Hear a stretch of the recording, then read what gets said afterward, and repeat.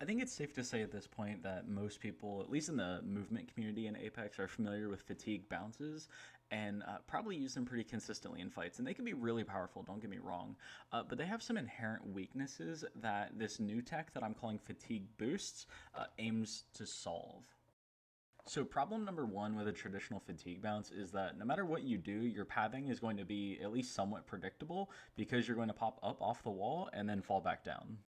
Problem two is when you have to cross a large gap with a traditional fatigue bounce or even just a traditional wall bounce, uh, you get one jump off the wall. And a lot of times it can be really awkward because you have to prep an entirely new wall bounce to cover the rest of the gap that you were intending to close. In this example right here, you can see I'm bouncing off the wall and landing short, and then I have to run up to the wall again just to fatigue onto the piece of cover that I'd like to get onto. All that brings us to our solution, which is, of course, fatigue boosts. You can see in this clip here, all I have to do is set up a single fatigue state, surf off the wall, and in one clean motion, I can actually cover this entire gap and land on top of the piece of cover that was previously inaccessible.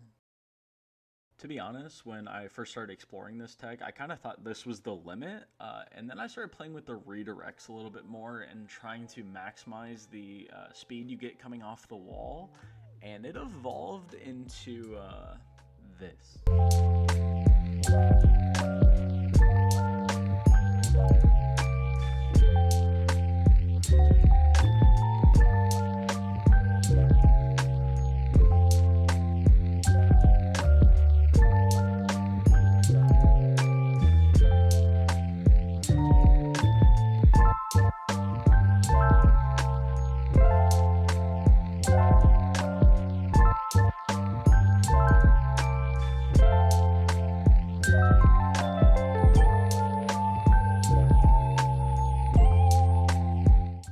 So clearly this is not your everyday average fatigue bounce, but what exactly is going on here? Why do we get such a large boost, and why is it so chainable? What are the underlying mechanics?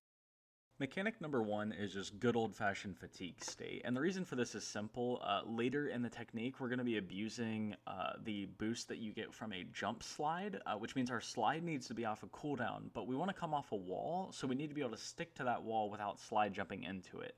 And that means we need to have fatigue state.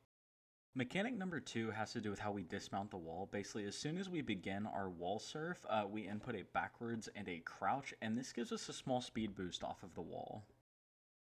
To be honest, I'm not entirely sure where this speed boost comes from, but I can definitely say that it is a unique velocity increase. It's not just your previous momentum getting redirected. And to really illustrate this, I'm going to show that you can actually do this with no momentum from a complete standstill, even from a crouch. And yes, I know I just said you need fatigue state to stick to the wall, but technically you could do a crouch turn into a wall surf as well. But my point is you can get that free momentum from the wall boost, no matter what your momentum is going into this technique. And finally, mechanic number three, of course, is going to be our jump slide boost that we mentioned earlier. Because we kept our slide off cooldown this entire time and we're landing off the wall in a crouch, that means we're going to get a big boost from that jump slide. And if we time our jump properly and use lurches, we can actually redirect that momentum however we want to. And that's really it in terms of mechanics and what you need to know to really master this technique.